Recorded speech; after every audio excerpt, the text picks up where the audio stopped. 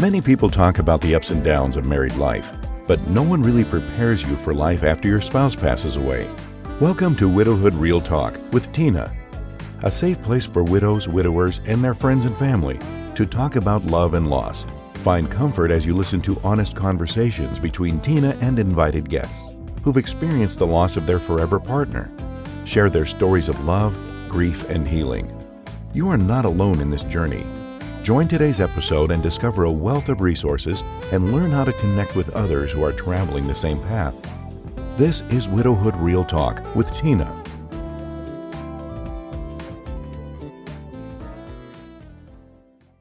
Hello, Widowhood. Our guest today is Miss Sheila Finkelstein, and she is coming to us from Florida. And I know you see all of this lovely artwork. You see her signature color purple there, and we're going to get into all of that. But first of all, and I do have my phone handy because there are a couple of notes here that I want to refer to. One of the things and you will be able to find Sheila's locations and notes in the show notes, but she hangs out a lot on LinkedIn. And I want to read a little bit of information that she has listed there. And I want that to be the start of our conversation. She is Shifting the Perspective, a guide for women age 50 and above, and a turning point, feeling stuck and open to photography and more as a way to expand creativity, enhance relationships, and reconnect with themselves and others. I don't read people's LinkedIn a lot, but the conversation in the widowhood and community, a lot of times people isolate. A lot of times people feel disconnected. I know that the age of being a widow is shifting. It's not always 50 and older. I am connecting with a large number of younger widows, but still, the premise of what you're doing, I think, resonates with everyone. And I love that you said you didn't have to be creative. So you don't have to be intimidated by not having this huge sense of I'm a creative person, but you have a way to let people use their simple abilities to reconnect, to enhance relationships with themselves and others. I thought that was just a really beautiful way to start the conversation. Thank you. And one of the things that have been my mission, even back from when I was teaching elementary school 50 plus years ago, perhaps, the I am not creative. People think that they have to draw or paint or something is creativity. It's problem solving. Okay. I mean, I did the other day, I forget what it was, and I just drew, I solved that problem. That's being creative. A simple thing. So I suggest people look at every time they're faced with the problem and they look for it and come up with an answer. They're being creative. Well, I feel like a little bit of creativity just hit me because I'm solving problems all day at work as a project manager. I never looked at it as being creative. I've always connected the word creativity with something artistic, something that was appealing, not something to me that seemed like basic problem solving skills. But I like that. I like that idea. Great. I like that idea. So you have so many different pieces going on, and I'm sure as we maybe touch on each of them or maybe some of them, that'll be a story. But I want to start with your necklace and what's going on with that and how that will take us on a journey of getting to know you better. Well, thank you. Thanks for noticing. This happens to be, one of the things that I had when I started out in college years ago. I was going to be a social worker, and I'll come up to it later, but I can say it now. I went to Temple University in Philadelphia, and I met my husband on a blind date. And he was in textiles, and there was nothing in textiles in Philadelphia. Well, this school was there. He got out of the Army, went to New York, got tired of New York girls, came back, and we met on a blind date. 6 weeks after we met, we were married. I mean, we were engaged. We were married 3 months after that. So that's still super fast. So we're going to need to slow down a little bit, just a little bit. So tell us about this blind date. Well, the really funny part of it was that somebody I knew from high school was engaged to Sam's best friend. She broke the engagement And she saw me in school and she said she was sitting on the toilet. And Lord, me as a date for, I don't think I've ever shared that. First here. Go ahead. And anyway, she fixed us up and we went out together. I think 4 of us went out on a blind date. Was it with her ex-fiance and you, and what did you say your husband's name is? Sam. Sam. Okay, so you, Sam, the girl on the toilet, and her ex-fiance, you guys went out on a date. And what did you think of Sam on that first date? You know what? I don't even know. He was caring. It wasn't like love at first sight. Okay. Line, that thing. But we got along. We were communicating. And then a lot of what happened, I guess, was his caring. He went back to New York, just came home on weekends. Okay. And we started writing. He was writing every day. This was day long before text and everything. Okay, and I want to pause there to make sure we understand. You're writing letters, putting them in the mailbox. Is that what we're referring to here? Because I have spoken to some people, the idea of even addressing a letter is foreign. So I want to make sure we're able to ensure our total listening audience understands that you are writing letters and putting them in the mail. Yeah, this was, keep in mind, everybody, this was 1960, so it was 60 some odd years ago. Okay. And yeah, so, and he did more than I, did more writing than I. And she would talk about the day or whatever. And then remember, phone calls were expensive too, but periodically he'd call. He'd be concerned because I'd up in the middle of the night. He'd be concerned about me getting my work done, my school work done. And so it was a very caring person. Wow. In fact, years later, a friend of mine who has since passed, let her rest in peace, has said as a psychic, and she said that after he died, that his mission in life had been to fulfill me. What more could one ask for? Sam's mission in life was to fulfill you. Yeah. Did you have a sense of that in any of the time of him living? I wouldn't have thought of it that way. If you look back on it, somebody once said to me, she was surprised. I think somebody, when I wasn't substitute teaching, she was an aide or something, and she said I seemed like a pampered housewife. She was surprised at something. And so I realized I wasn't, I think of pampered and clothes and all that kind of thing. But his caring for me was, in a way, one could consider pamper. Okay. We really argued. And several years into our marriage, when I did the landmark forum or whatever, I realized at one point that where the challenge came in, we met. I had been assisting at Landmark Forum. Some people may be familiar with that. And then we met for dinner and we were talking. And then he started like, you're never home, and went into the whole thing. Well, I can go with that into before the Landmark and complaining. And so ordinarily we all go sometimes into the vicious cycle. We keep responding to what they're saying, and no, that's not so. But I was able to stop and say, hey, what's going on here? Because we were sitting, a very nice thing. He said, well, you mentioned me being in the forum. So I said, so this is one of the things I learned deeply about communication. We interpret something and then interact with that. Okay. So I said to him, if I agree not to bring up the forum or you're doing it, can we look at this conversation like you come home from work and you're telling me about your day? I'm simply telling you about my day. And I realized that ever after that, in any conversation, we rarely argued, but I realized I'd stop. And see, it's about being right, who's right, and you can continue on in that way. Okay. We would get, and this was very rare, but like tense and talking, we'd stop and put it aside until we were more comfortable in talking about it. Okay, so you took the difficult part that was causing conflict in the conversation put that aside when you were level-headed and ready to address that in a way that you could actually hear each other when you were talking about it? Mhm. Is that something you did strictly with your husband, or did you use that communication style with other people?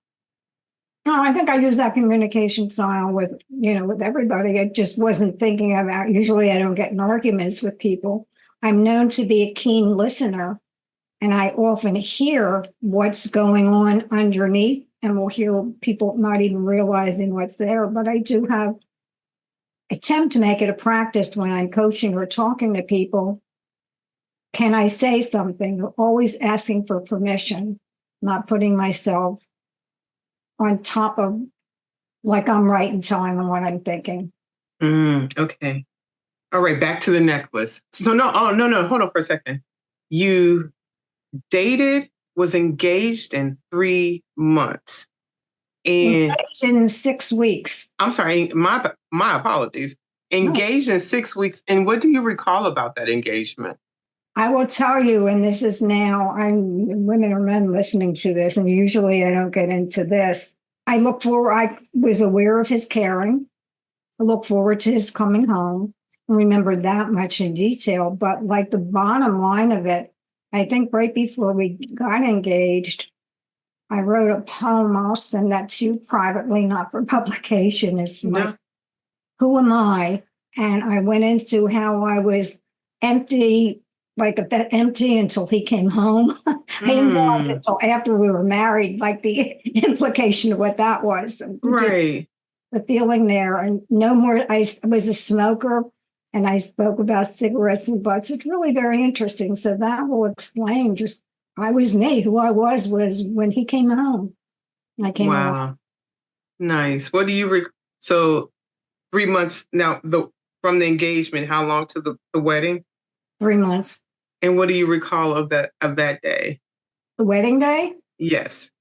I don't recall that much personal, then I look what what about the day itself. I'm always last minute. I mean, I get up, I'm still, you see, when you ask me for stuff, I'm last minute, it's taking me hours. Well, my father picked up the wedding gown the day before, and I hadn't tried it on. And so I missed the hoop. I mean, you could see the hoop. That was the days of hoops, okay? And so I'm now making a skirt. Fortunately, it has some fabric around, so I made a long skirt of it. Wow. I did, because I don't like waiting in line, I made an appointment for the hairdresser at like 6 in the morning or something, early in the morning. And then I went home and wrapped my head in toilet paper so it would stay, and took a nap. Okay. And then on the way down to where the wedding was being held, I was polishing my nails in the car. I don't much polish nails. So those are like highlighted memories. Those are neat. That's the inside story that no one will particularly know, but those are really cute memories. Yes. Okay, thank you for sharing that. And we can return to the necklace. I just didn't want to rush over that. Thank you for sharing those details. Well, thank you for asking. You can see it's giving me fun too. They're fun memories. Yes. So anyway, I don't know what point. I remember this. I really don't know, and I never asked him what it was. I do know he asked me if it was for mission. He gave me a pocketbook that he bought for his mother, and she didn't want. Okay. So he didn't want me to feel bad about it. And, he told me this story, and I said that was fine. I think it was also when we were engaged. So this was the kind of thing. He fell in love with a purple painting. He was a textile engineer, and the mill was in North Carolina. We lived in New York, or Philadelphia at the time, but he was going to North Carolina. And he came home from his trip. We weren't married yet. And he mentioned this painting, and he didn't know whether he should buy it or not. So I said to him, well, if you like it and you have the money, then buy it. And it happened to be purple flowers. And we built our first bedroom with a purple rug and purple around the flowers. Mm.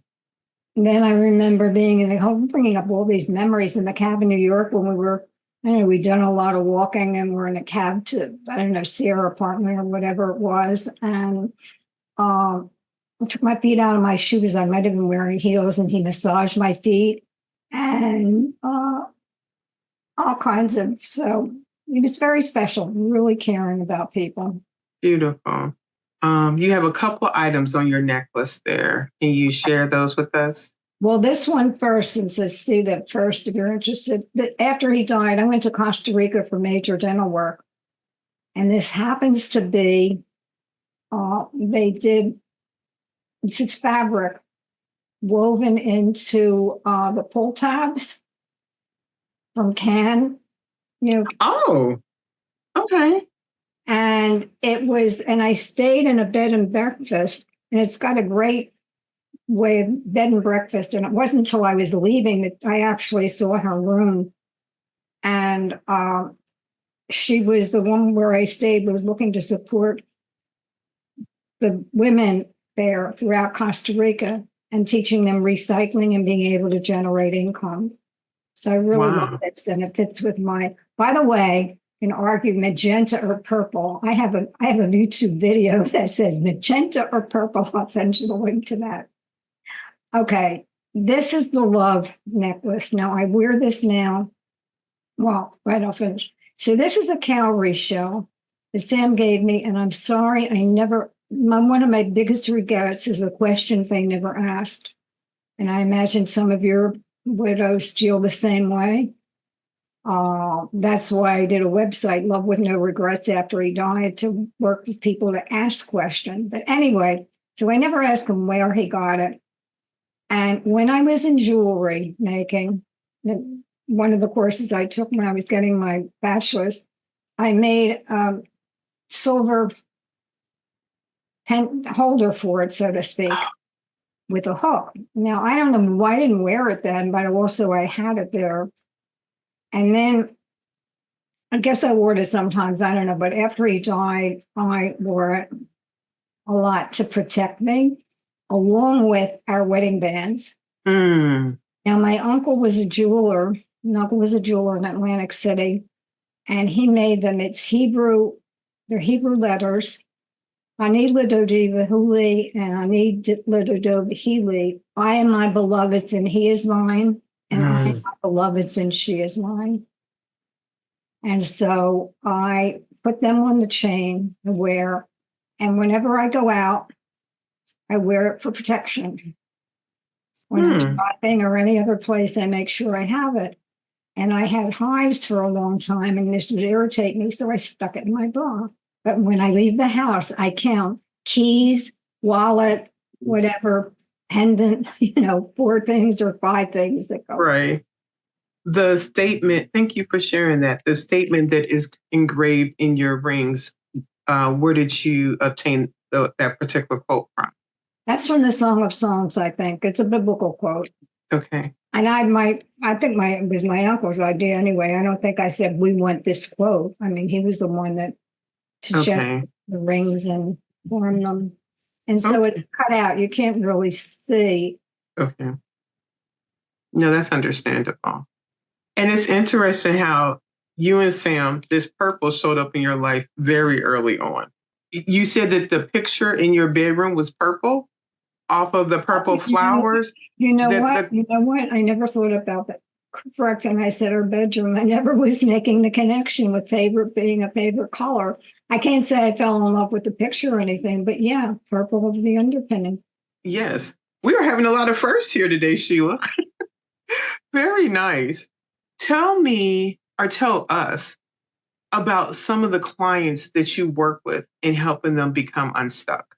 Well, one that comes to mind is, because a lot of it can be relationships. Well, 2 different stories come to mind, but was a woman who said she was in one of my photo classes, which I have group session. I'm putting together now something again, which I haven't done for quite a while. And so each session, it'll be different from that story. But anyway, 5 things to get unstuck. I say take 5 photos. So anytime you're eye catcher photos. So anytime you're feeling stuck, just look around. First thing that catches your eye, take a picture. Look around again. It's not for taking a picture. It's just that was an eye catcher. I mean, I think I wrote something that caught my eye was in tissue, and then I wrote about the tissue coming out of the box. Now, I've written, and I have a book published, Writing for Self-Discovery, and I write, and I think other people do too. They let themselves go. Turns out very poetic type writing, and I look at that. I couldn't have written that just to write it, but it flows. And in the flow, that was there, and that's a release.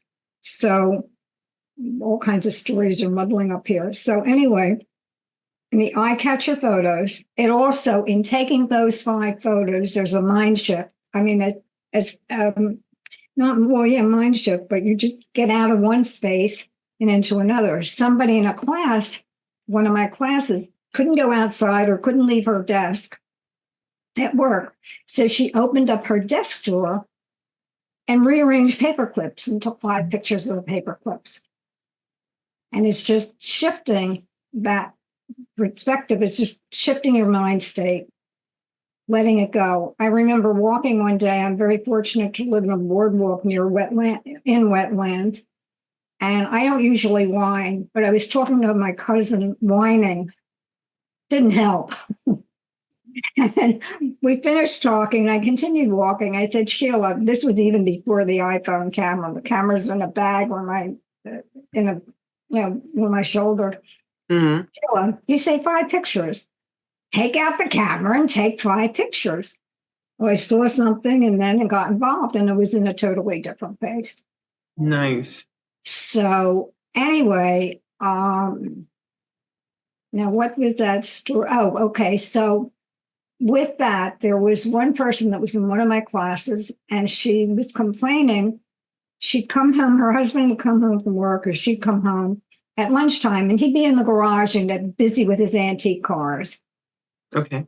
And then at night, we watched television. There was like no communication. So I said to her, well, you know what? Next time he's in the garage, look under the hood, take your camera, and take 5 pictures of 5 things that catch your eye. Try sometimes. There's rusty things. I can show you headlamps, and then ask them about it and start a conversation. And then when you're sitting watching television, sit next to him in a commercial time, ask him what he most liked about the previous time. So as being present, a few years after I started my Nature's Playground on a couple of different websites, I did Treasure Life Now to be a brand overall. Okay. It's very much about being in the present. And if you think about it, everything I said is really about being in the present. So we hear that term, being in the present. I hear it often as a catchphrase. What does that mean to you? It means listening and seeing what's there, putting aside the mind chatter. Okay, we're usually judging and thinking, and then we're interacting out of those judgments and what we think we see. And in a lot of my writing, I did an e-zine for years. I'm not doing as much writing lately on that. But it's instead of interacting with like blue or something, and if that's what they know, check it out. Not wait, don't interact with the person and what you think it is. Like way back when I was talking about my husband being right, he said, ask me to be in the forum, and I would think, well, he doesn't want to be in the forum and he doesn't like it, and he can talk when he comes home, and he's not listening to me when I get home, and like about my day. And so I was able to stop and be in that moment when I said to him, okay, what's going on here? Instead of talking in from my interpretation and his talking from his interpretation, actually check with the person. What is it they are thinking? And share what is it you're thinking? And then so you're being in the moment there, not in the head, but what's going on right then and there. Thank you. You mentioned something earlier with communication as far as being a keen listener and going beyond what someone is saying and hearing what they're not saying. What does that look like, and how would one perfect that skill? I don't know. Good question. And I don't know, Tina. Well, first of all, it would stop and say, be aware that you're asking from judgment and ask. Now, one of the things, again, can be aware of is I've told people, and this I realized years back, very often when we're making a judgment about a person, it's something in ourselves that we don't like. Okay. Now, the same thing when we see positive. Now, I remember years ago walking into a room where National Association of Professional Saleswomen, the speaker, and I walked in, there was something, I said to her, I don't know what I said, and we didn't know each other. And she said to me, you light up the room. You walk in. I'm saying, huh? So I said, well, what you're seeing is my reflecting you. You were lighting up the room. And so very often, and like last week, I had a man come out, did an amazing job for nothing, discovered things on my garage door opener, but really caring from the start. So I asked him about his job, and he said he'd been doing it for 8 years. And he commented, in the entire 8 years, he had only 2 people who were nasty to him. And what I said, you know what? I said, I tell people we are reflecting. It's like looking in the mirror. You're reflecting yourself. I said, you come in positive and cheerful. So they're reflecting you. And they're giving you a hard time and being nice to you. You know, I can definitely resonate with that. I think in the core of people, we want to connect. We want to be positive. And when someone opens the door for that level of energy, people want to match that. I think it is easier to connect with someone that is being positive and uplifting than it is to connect with someone that is the opposite of that is very negative, bitter, and draining. Mm-hmm. We do resonate towards that positivity, that light of that person. And I agree totally. And it's possible, although difficult, especially in this political climate, and I have a hard time with it, but looking to find something in that person. Okay, what's the person being negative about? Where is the positive? And if there's something that you see, is asking, you know what, I noticed something. Can I make a suggestion or ask? Always ask permission. And always speak from I, not you.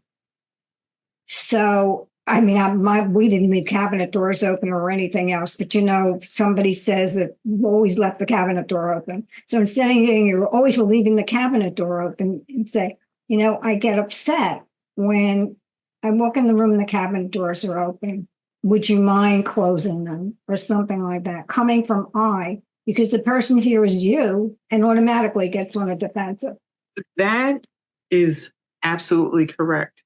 It is difficult for someone to argue against your I statement because that is personal. No one is in your skin, living your life in your perspective. So it becomes less of an argument where you're now honestly sharing how you feel and how someone else's behavior or their actions cause you to feel this way. And you're bringing that to them. There's a lot of vulnerability to be able to share how someone's behavior is making you feel. Because they can choose to reject that or they can choose to accept that. But it does create for the conversation. Right. And it's important not to take personally the fact that they reject it and make it mean anything about you or about them. There's something else going on. I mean, one could have a conversation and continue that. And it said, when I hear you say, I begin to think that something or other, is that so? Or what's really going on when you say that? So thank you. I want to go back to something in the intro of your LinkedIn bio. You mentioned about a turning point in feeling stuck. What does that look like for people that you engage with? What is a turning point and how are they feeling stuck? Wait, can I go back one more minute and then I'll get to that because I wanted to say what happens to people discover something or seeing things Okay. in classes. So another one, that was the one. Oh, by the way, I got an email from her once after that they are now best friends, something that never would have happened. The Who one is with best friends? the husband who only paid attention to his antique cars. Oh, okay. That's great. Yeah. Okay. So anyway, there was one of the exercises and the first thing in this through and from the lens class I did do is I'll have a week of pick a color and you can try it yourself. Close your eyes. Do you see a color? Okay. Okay. Now what color did you say? What color came up for you? Yellow, gold. Okay. So now I would say take 5 pictures a day or take 5 pictures of yellow. And start with yellow. So as a matter of fact, somebody said she was in the theater. I think she had picked pink and there were pink lights and she was afraid to take a picture, not to take a picture. I said, well, I don't think they'd upset her. And then other people were seeing pink for her too. You can involve people with that. What is the purpose of doing that and why? Well, it's a matter of simply learning focus and seeing what shows up when we pick and focus. You see what happens. I don't know if you've ever bought or you bought a car and never noticed that car. And then once you buy it, that's all you see are those cars on the road. Yes. Okay. It's like that. So, but it's also in this particular case, become aware of what we don't see. So we're going to give you 2 different things from this last class, not recent, but a while ago. After the class, I was talking to somebody and she pointed out one of the women had said she had chosen blue and she couldn't find any blue. And this woman said she happened to be sitting in a blue background in the whole thing. But this woman cited that situation and she said she couldn't understand how she couldn't see blue. She didn't say anything. But this woman that I was having the after conversation with, she realized from that how quick she is to judge other people. So in taking and seeing what happens in a group, behaviors or other people's behaviors, it opens you up to seeing things in different ways. Now, in that same group, somebody else chose a color gray. And so she went out looking for gray stone and whatever. And she finally found some gray and took her 5 pictures of gray, came back in the house, and she had a gray mantle. And she had a couple of other gray things that never noticed. So that's, again, a way of becoming present. Okay. Okay, so that was back. Now, the question was, I thought I'd remembered, I should have written down. In your bio, you mentioned that you work with people that are at a turning point in life and feeling stuck. And I wanted you to elaborate on what type of turning points you found people in or what places of being stuck. Like I can be stuck now. I don't know what to do next. Or nobody likes me or different things like that. Could be somebody that's very accomplished. Now, I'm not doing switching career or something or less, but just feels they've completed everything. What more is there to do? They've accomplished a lot. So it would be then looking at, well, where do we go from here? Is there more to do? How and what could we do in that? And even just taking pictures and noticing things can open up. So again, there's not one thing. I can tune in and help a person tune into what's going on. I mean, I've discovered just even reviewing actions and what was accomplished, often kind of forget about it. And a lot of what happens comes out for me and then others in the free flow writing. So I'm never going to get anywhere or I've done everything there is to do. So I'm sure you've heard yourself say over the same thing rattles around in your mind at times. So you take that statement, I encourage people to turn on a timer and just write for 5 minutes. Oh, purple's my favorite color, even, or whatever you said. Oh, purple's my favorite color. And then time, why am I going to write about purple? And then if there's still more to write, or he's always hollers at me, or he always leaves the kitchen doors open, or the cabinet doors open. He always leaves the cabinet door open. Well, the cabinet door open, or never know what comes out. But in that, there can be shifts and then move on to new directions. And you call this free flow writing? Yeah.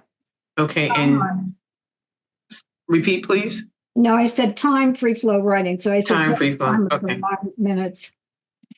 And then goes. And then one of the things I have in my writing, usually it's not structured, is haiku for healing. Now, are you familiar with haiku? Go ahead and explain to make sure that the listeners do. Okay. That's more important. So haiku is 5 syllables, 7 syllables, 5 syllables.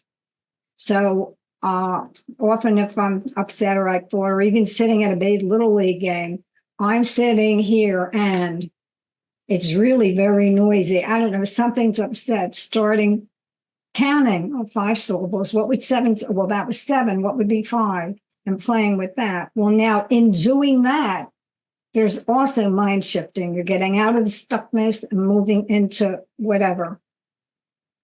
And even at one point, and one of the things I said I'll offer a link is haiku for healing. There's my middle of the night haiku, where 5 o'clock in the morning, I still couldn't, I was thinking the whole thing with my husband after he died and everything, and I just couldn't sleep. Things were going on. And I just said, you know what? You say, write haiku. So I started in the middle of the night haiku. And after peace, that was finished. I actually looked to see if I had it all, read it. But so it's like that in shifting or finding things that can shift. But that was, you were talking about stuck. It's just, if one hears oneself just kind of repeating the same thing all the time, you know, I don't know what to do next, or who knows what else, but the same like broken record. It's yes. Okay. How do you move on? Thank you. You mentioned about Sam's passing and not being able to sleep. I would like to honor that part of your life and for you to share what led up to Sam's passing and how he passed, however you would like to share that piece. Okay, Sam had Parkinson's disease. I was diagnosed, it was about 12 years before he died. He was diagnosed with it. You talk about celebration on the weekend of his 65th birthday when we had a surprise party for him. And he had tests the week before, and we went to the doctor that Saturday morning and was told before he had Parkinson's disease. Well, he was fortunate, we both were, that it never really took hold. I mean, he was able to, well, the biggest thing for him, which was a shame, and he had been a stutterer as a child, and he had trouble speaking, getting things out, and would get stuck on that. So it became difficult at him for times to communicate. Except on another funny story, except when he might get angry. We were sitting on in the bathroom one morning. He was at one sink and I was at the other end, and I started saying something about, I said, F it with the word, F it. And suddenly I hear clear and simple, didn't even have to think about it. I don't like that channel. How do you switch it? How do we switch that channel or station?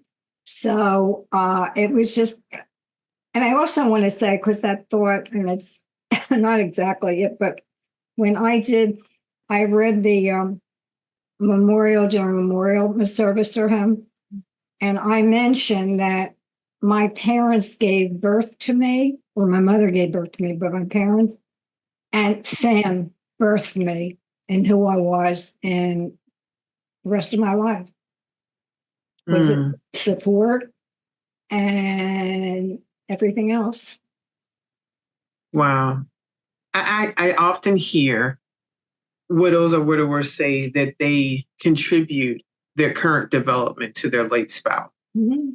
I can relate to that.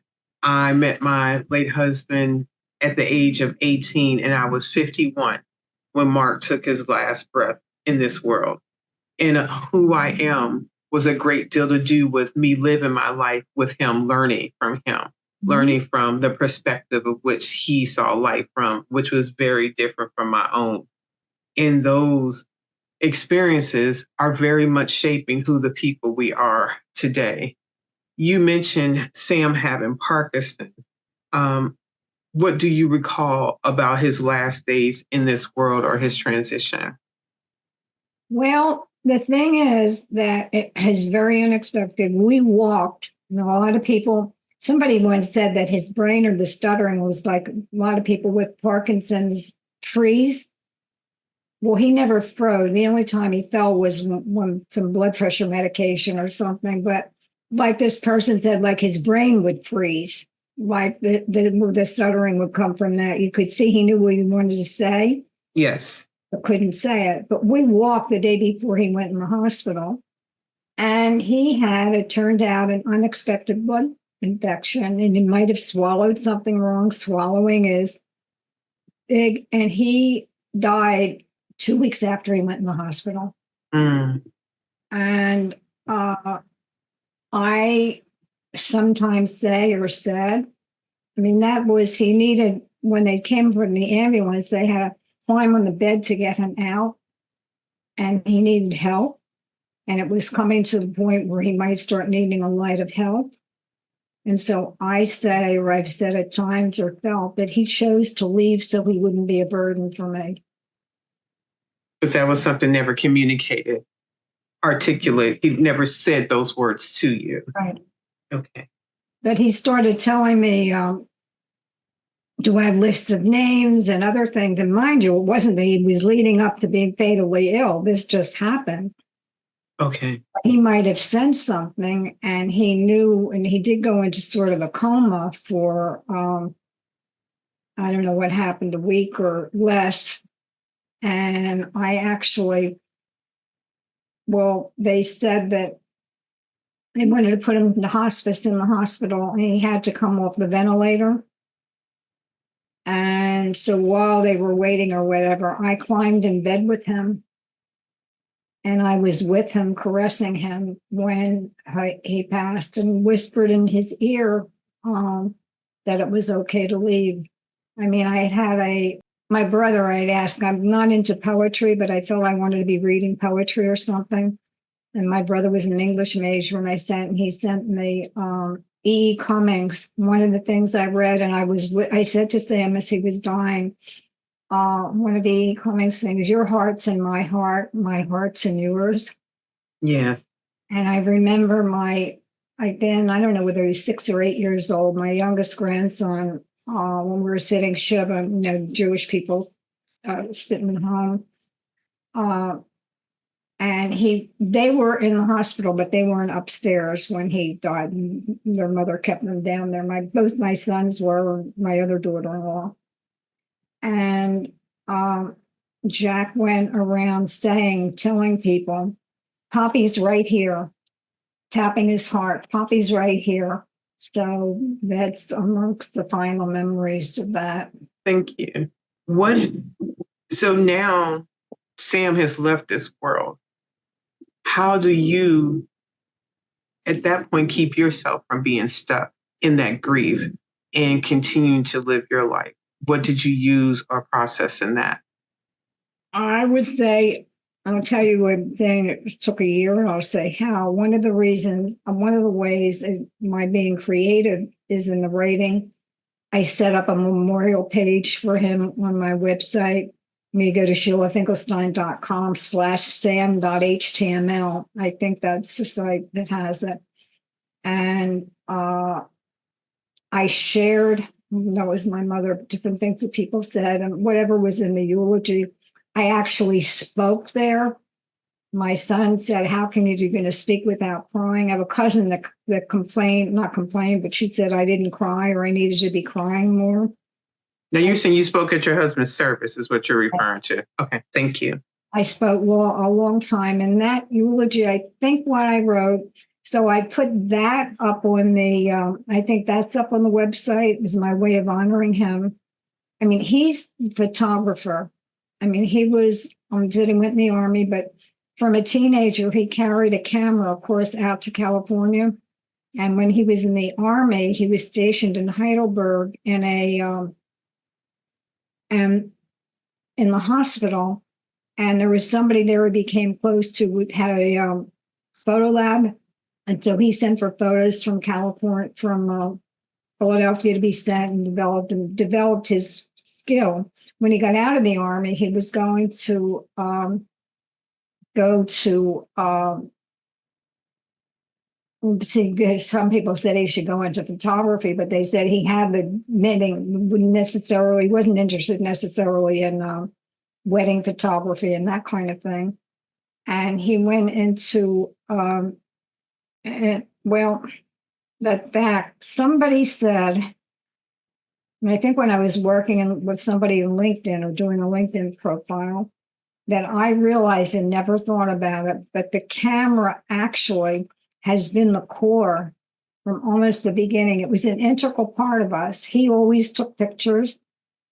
I mean, he took forever to take a picture. I do them fast. My first paycheck went to when I got out of school and was teaching, went to a Pentax camera.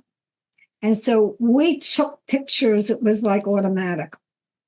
And I never realized that camera was the thread of my life, for not from a little kid, but from 20 years old and on. And there was an integral form of expression. Thank you. That was actually the note that I wrote that I was going to ask you, and you leaned into that as far as that being an underpin. You also mentioned something, if it's possible. You mentioned that during Sam's service, you spoke and you did not elicit tears, and there were comments made about that. Oftentimes, widows or widowers will say to me, why would someone say that about my grief? Have you had experiences where people made statements such as this and you responded to them? Or how did you deal with people making statements sometimes about your grief showing up differently what they thought it should be? Nobody made statements. It happened to me, a cousin I was very close to. We were just talking or commenting. There was no conversation. No, nobody discussed it. I mean, actually, I should have had it with me. I could run and get it.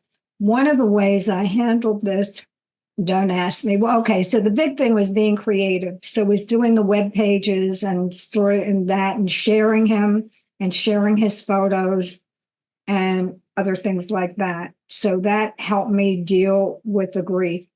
Then, shortly before he died, I don't know when, cousins of his or something, my wife came over and they brought these Castira roses. And the Castira rose is, does a, I don't know, just the way it died, it's a little bit different. And I have it on a pillow. Wouldn't be prepared. I would have it right here in front of me. If you want to hold, I can go get it. But I actually took that pillow with me for a couple of months. And I put it under my seatbelt next to my heart. I slept with it.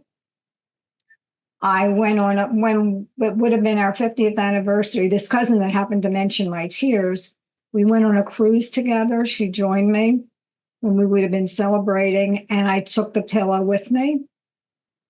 We went to stay with the kids, stayed or someplace in a hotel. The pillow went with me. I don't know that the pillow went with me for a year, but that was a comfort for me. So it was my art, the rose, and I guess there was something in the memory of it, but it was the art raising. And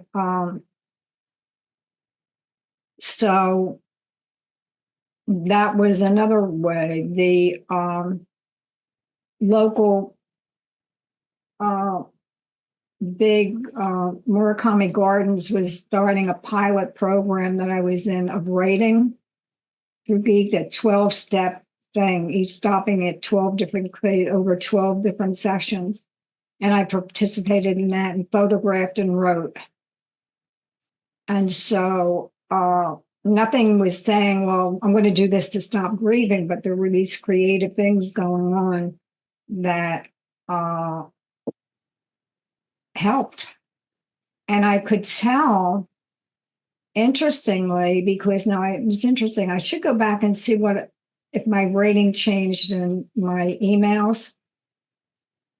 Because like, I hate to say anniversary of his death, the first year, I was able now to do another page, and I'll give you the link to that if you want, on the website, that Sam's humor and fun. And so it was a different story to the fun and the pictures with that. And so I was able to celebrate. And he used to do, with photographs and stories, he kept, I don't know how many albums we have in the years he would do it, because he also kept stories. So he did black and white photography. He developed it all. I mean, also when I was teaching, I kept taking pictures, and my pictures were in photos of School Art Magazine and the pictures of student work. And he was printing them. And finally he said to me one day, Sheila, this is not a movie camera. This was long before.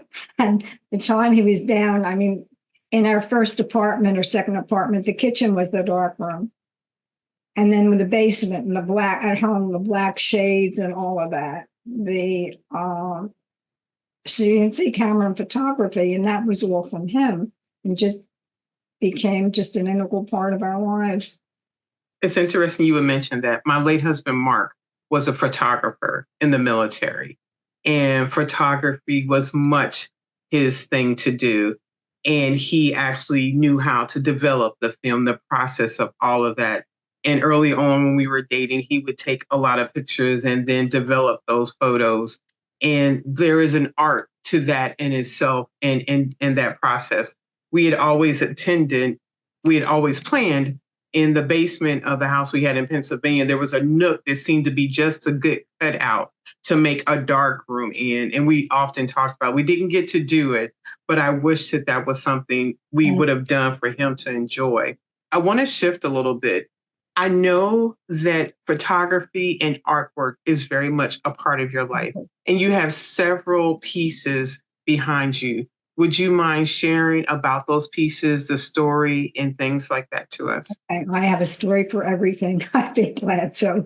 Yes, please do. Okay, so the banana, you know what's happening is the reverse thing. Oh, no, you can turn around. Go ahead so you know what you're pointing to. No, it's not. There is, and people sometimes don't realize that you can do mirror image where what you see is what you see in the mirror. So my right hand would be on the right side of the screen. But if you do like this, is not have mirror image, so the people are seeing it the way they would see it. And so that's what I have set up. Anyway, so I had gotten a banana plant that I would thought was a banana tree, and went out back. And then I was surprised at its growth. And I started taking pictures, and the lights and the shadows. We have a wall in the backyard, and then this is 20 years ago. And and I'd look up and the lights and the shadows, and I would taking pictures of that. And I found when I came in the house, and if I watched them as a slideshow, I got relaxed. And so in that relaxation, I ultimately put together Banana Sky DVD. So again, this was creative, and it was the way, and I did that for caregivers and people who would need form of relaxation. And it plays for 10 minutes on a DVD. Now I found out you can do a DVD player on a computer. Most computers now don't have DVD players, but you can get an attachment. You can play that. But it goes on my television. And somebody was saying, I used to give it as a get well gift. And he said he was, could see the things changing. And I'm saying, how can you see with your eyes closed? But he saw it the first time. And then he continued playing and listening. Okay, so it was in ultimately what happened. So that's one thing I discovered, the slideshows and the power for relaxation. And then it's also, I don't know whether Sam was still alive or not when I actually had it made into DVD by a company that does the same way they do books on demand. They could do Yes. on Sky DVD on demand. Okay, so and then it's not that picture, but I have another picture that was I'm very blessed with this wetlands boardwalk, and the National Orchids Association had their national office is 20 minutes from me. They moved to South Florida now. They used to go there and they had a show, and I had one of my the pods things, and the opening got a first place award. Okay. So, okay. And this, by the way, is photo drawing. So let's back up to photo drawing.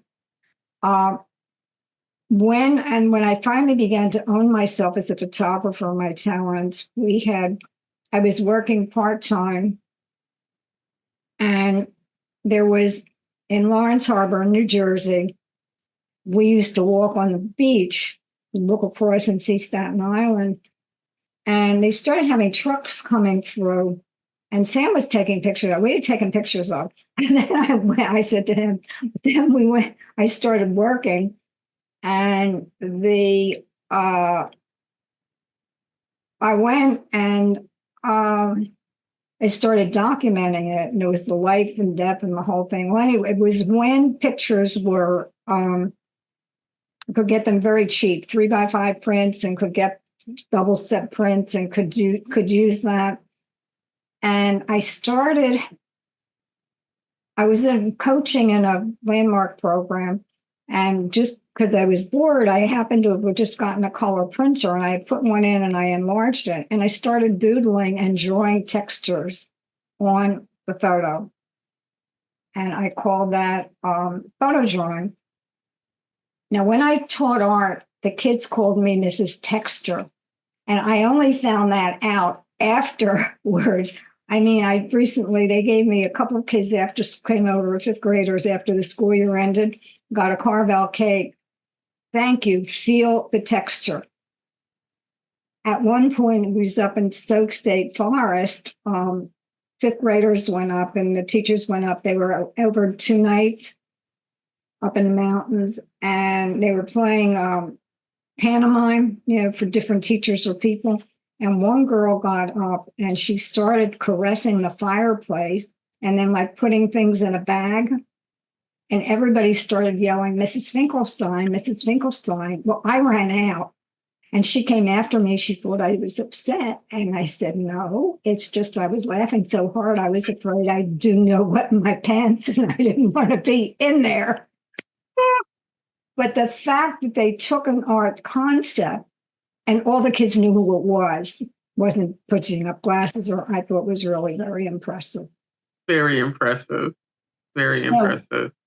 With that texture, I got my master's degree in the same eye catchers with the camera, also walking along a beach and picking up eye catchers and wood and shells and everything else. So this, I can see that's nature's sort of fantasy. I have now an art gallery, but fantasy landscapes, nature's treasures interpreted. Okay. And I got my master's degree with that. And actually, this was in a way an assignment I gave kids. I used to bring like a coconut or something in, put it on the table, and I'd create a creature or something from it. So when I was holding the objects, I would draw on them. I'm not drawing them on the picture, then watercolor them. So I draw an outline, and they were fantasy landscapes. And I had a show in the library, invited people to write or pick up the things, and I had objects.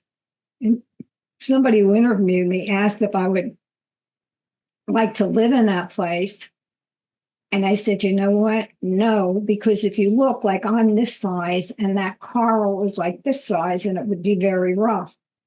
But you'll see coconut droppings. So Anyway, if you go to Nature's Treasures Interpreted site or just the Fantasy Landscapes in my art gallery, you can see all that.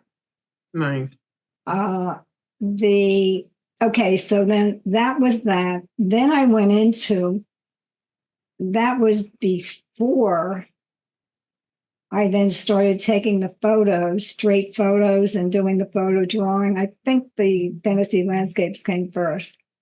So the photo drawings, you see, with texture. So I'm taking the photos, they got enlarged, so it was more space. This is the accidental art. And I started drawing on the lines and things, the textures that caught my attention. Now, when I was teaching art, I was very anti-coloring book because coloring book for kids were adult images and having the kids fill in the colors on adult images. I more recently came up with create your own coloring books and suggesting you could do pictures the same way I did the thing, print them out and then draw on them. So the color's there. And because it was a smaller photo, expanded, it had a watercolor feeling, was the background kind of got a little bit muted. So that's the photo drawings. That was in Costa Rica. This one is heart-shaped leaves that are in wetlands. Do a lot of sunset walking. That's in the wetlands. So I'm walking in sunsets all the time. Sunset. Okay. Oh, there's the Castira rose. This one right here. Okay, and that's what's on the pillow. Right. Yes. And this one is, I make it a habit. I'm 20 minutes from the beach, but I don't go there much. Right now at this point, I go there once a year, usually on New Year's Day. I like to get up early in the morning and welcome the new year with sunrise. And I've got another funny story to that if you want. Please do. Please do. Well, this year I didn't wind up going. Last year, the last time I went, the sun didn't actually come up and visible until quite a while later. I mean, not the 7 o'clock or whenever it would have risen. So I also like to take it now, walk in the two different wetlands, Cotahatchee Wetland and Green Cay. And so I went from the beach to the Cotahatchee, and a little girl was there holding what looked like autumn leaves, colored leaves. And I started to come, where did you get those? Because one of the things, I moved to Florida in December, and I didn't miss New Jersey until I came to autumn, and I actually felt missing autumn because we have colors and trees all down. So we're talking, and I said something about sunrise and, missing it. We're coming from the ocean, and I hear, "Are you a mermaid?" Am I a mermaid? She said, "Yeah, you said you came out of the ocean." So I asked her mother if I could record her. I'll send you the video I have of this. And I just photographed her hand. You can make it. This is one of the things I teach people. You can create a video just out of a picture and talk. And so I just photographed her hands because I knew I was going to use it. And she was able to almost perfectly recreate the conversation. And then at the very end, she said something about, "Are you something?" And it turned out what she said, I want to be your mer dad. So I think more about you. Nice. But this, you were talking about connecting before. And there are 3 things that keep us young in first aging. And it's connecting, making social connections, etc. It's connecting curiosity, which is a pinpoint of my life, the underpinning of that, and creativity, using your imagination. So there's a prime example. Thank you. Those are a couple of points I was going to mention that you have in your bio. I would like to ask, what is the motivation or the story that led you to coaching? I guess starting out when I was in landmark education, and I got out of the forum and I immediately went into a leadership program. Never really sold the thing, but then I went into I had a self-expression and leadership advanced program, which was actually coaching people or helping people get to community things and things like that. And just, well, a lot of my coaching is teaching. So and it's always about people feeling good about themselves. So even when I taught, I remember one of the teachers, I'm not creative, and that was a mission to eliminate that conversation. So kind of it's in a group and how you do it. So it's the teaching, and it's just kind of an integral part of whatever. I see things, I hear things, I want to help people. And I'm moved to do that. And if I see something that seems like coaching, we'll ask, are you open to coaching, or I heard something, would you be interested in hearing it, et cetera? Nice. Thank you. I know on your LinkedIn bio, it mentions about working with women over the age of 50. Is that strictly the group that you work with? It varies. I mean, they just say when you're being trained and all that and coaching or business thing, you've got to define your market. So I just do that as a defining market. And probably, I mean, we have technology for seniors made easy is one, oh, everybody needs that all here. And that would be more of you'd think, a boomer's age and up. But there are a lot of younger people too that don't need it. And my experience, I'm not passionate about working with seniors, mainly because for the most part, they think their kids, and think it's a good idea, but they're not interested. Anybody that's interested, that's a whole other story. I mean, so if they're interested, but I don't find that as a population that's necessarily interested, that would be more boomers or whatever. But the technology, I call myself one of the labels, the tech savvy senior, is I can't fix your computer, but it's a curiosity. If there's a question, I like to find the answer. When I saw somebody, I'm one of the original people on Zoom, and that were regular like this, I saw a friend of mine, or I read she was in the park on Zoom watching her son in the playground as she was working with a client, and she was on Zoom. Well, I couldn't even wait till she got finished. I'm looking up, and I finally found it.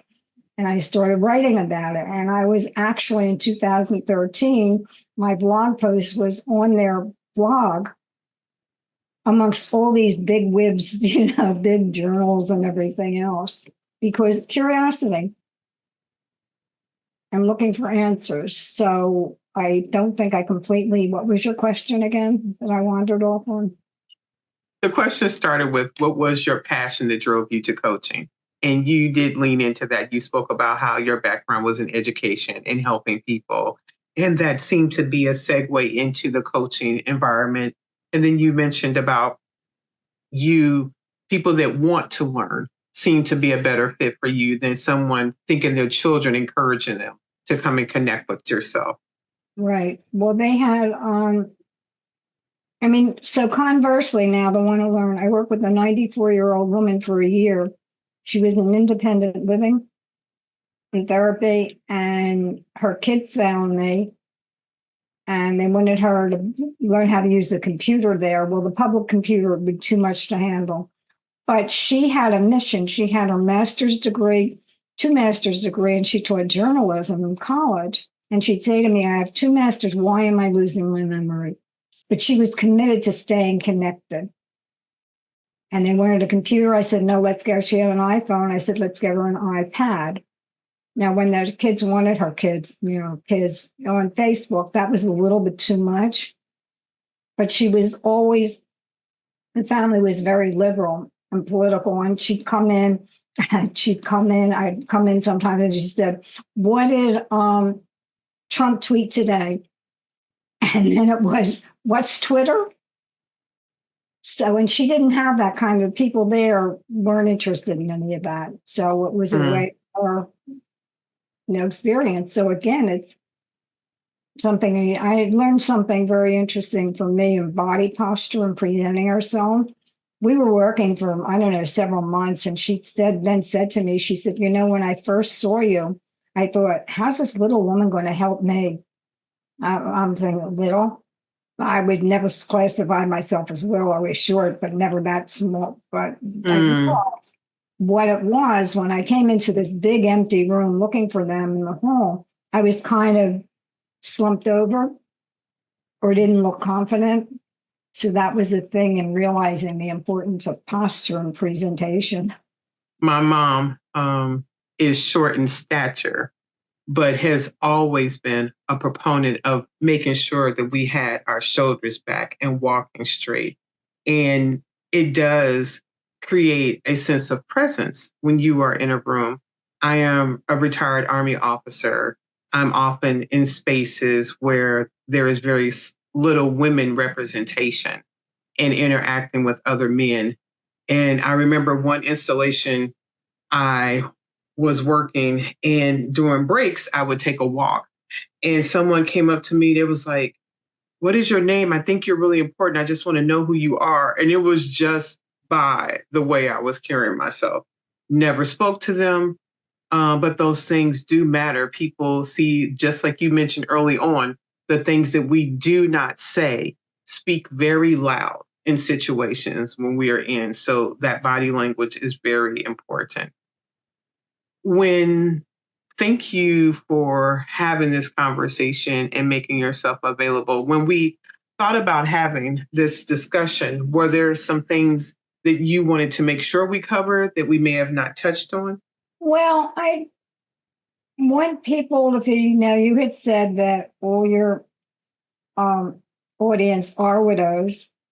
It's not, or mainly not people that, making suggestions or things that I missed that I'm sorry about, regrets. Did a thing for caregivers, etc. But not by, and the thing is to be present. I mean, find the things that can help you. So for instance, one of the things that was important to me was on what would have been our 60th wedding anniversary. I told you Sam wrote letters.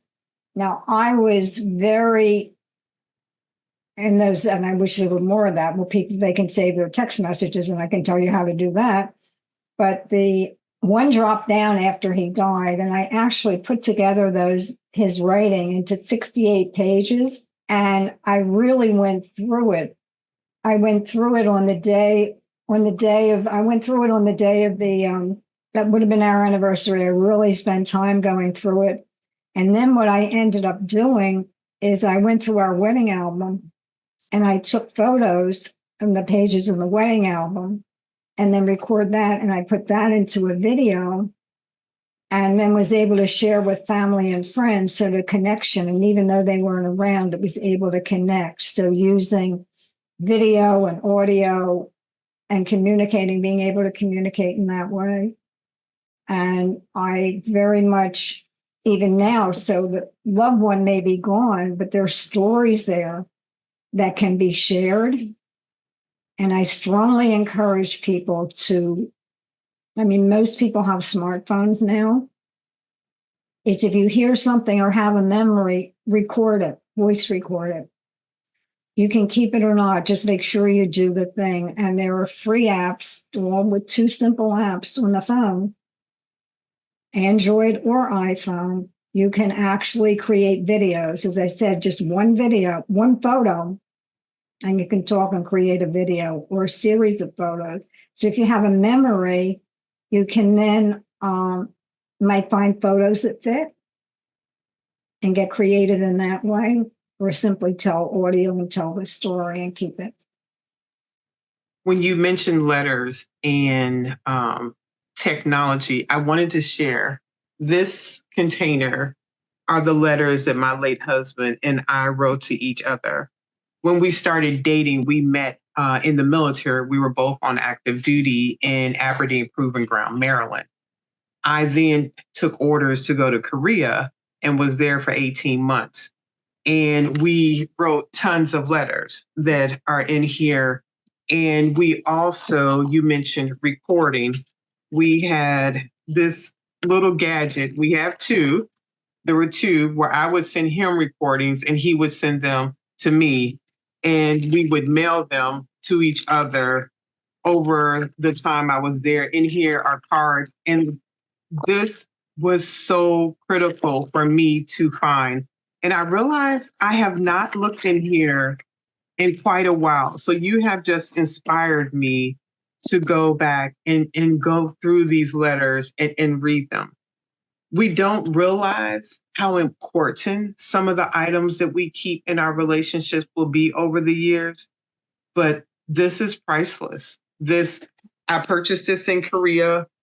It maybe cost $5, but what is inside of this, there is no price tag to be placed on it at all. So I suggest that when you're editing this video, you take that whole little thing and clip that out, and you start a video with 10 pieces, or that can be the introduction of some of the things that you're reading or some of the things that you found. I will save that for mine. This conversation is to highlight you and your journey. I will use that for something else, but I don't want to take away from the representation of your story in this particular podcast. No, I didn't mean that. I meant clip that out for you to use. Oh, yeah, for sure. Yes. Yeah, that's what I meant. It wasn't to be part of this. No, it was just clip that out and use that in a... Yes, a wonderful, thank you for that idea. Anything else that you wanted to cover that we may have not touched upon in this conversation? Simply know that there's a way, just choice. Mm-hmm. I mean, if you're stuck and if you want to move, even just right, do I want to stay this way and set a time, or do I want to stay this way? Or what do I want? Thank you. What's the best way I can celebrate our life together? What's the best way I can celebrate him? How would he celebrate me? What would he want? I mean, there are all kinds of different prompts you can give yourself. I've asked you several questions. I want to open the opportunity if you have any questions of me before we wrap up. Well, I didn't go back and review your history. That's okay. Impressed, but what would you like people to take away from this session? I would want them to be inspired that no matter where you find yourself in life, there is an opportunity to treasure what life has presented to you, where you are now, and there is still opportunity to find something intriguing in the moment that you are in life. And anything new come up for you? You and I have spoken in different spaces together. To be able to hear the story about you and Sam early on, your courtship, and to learn a little bit more about you, your children. And I've seen the artwork behind you in different conversations. So to be able to hear the origin story of that was insightful. And I think that our society there's opportunity to improve honoring people as we age, into the stories that they have and the history and the life that they bring, and to cherish that. And I was glad to have this opportunity because my mom is 80 years old. And when our dad passed, everyone was concerned about where would that leave her in life. And I often hear that when people have been together a long time, they are concerned about the remaining spouse. You and my mom have learned to create your own life. And the purpose of what I am doing with Widowhood is to let people know that there is an opportunity to have a life that they enjoy. Mm-hmm. And it is about the narrative that we tell ourselves and that perspective. And this conversation, to be able to tell someone, no matter how old they are in their journey, there is an opportunity to create a life that they enjoy. And when they go back and listen to this conversation, to see the spark in your eye as you talk about different things that you do, and inspiring and encouraging, that people will be able to leave with some motivation. They will determine what their process will look like and how they will create their own life. but being able to continue live and writing their story, their life journey is important. Mm-hmm. And it might help to know we're talking about inspiration is that I am 4 years older than your mother. I turned 84 in December. Yes. So I'm in my 85th year. Beautiful. Thank you for this conversation. But what I would like to do is give you the closing comments to speak to the people that are listening, and we'll wrap it up from there. Well, I want to say if you think you have stories, if you've got family members, kids, grandkids that might be interested in really knowing more, then ask them. Now, I have, and with the approval of my grandkids, that was one of the links I can give you, a family videos channel on YouTube. Now, there are two things so people can know. You can create videos on YouTube. There are other places that are private or that only people can do it who have the link. Now, my kids are late 50s, 60, and they weren't interested at all. But my grandchildren, who are in now a couple are in their 30s and the 20s, were interested. I have one grandson that wanted to use the video, actually interview in person, and he wanted to ask me about his grandfather to find himself and see where he could find and relate to his grandfather.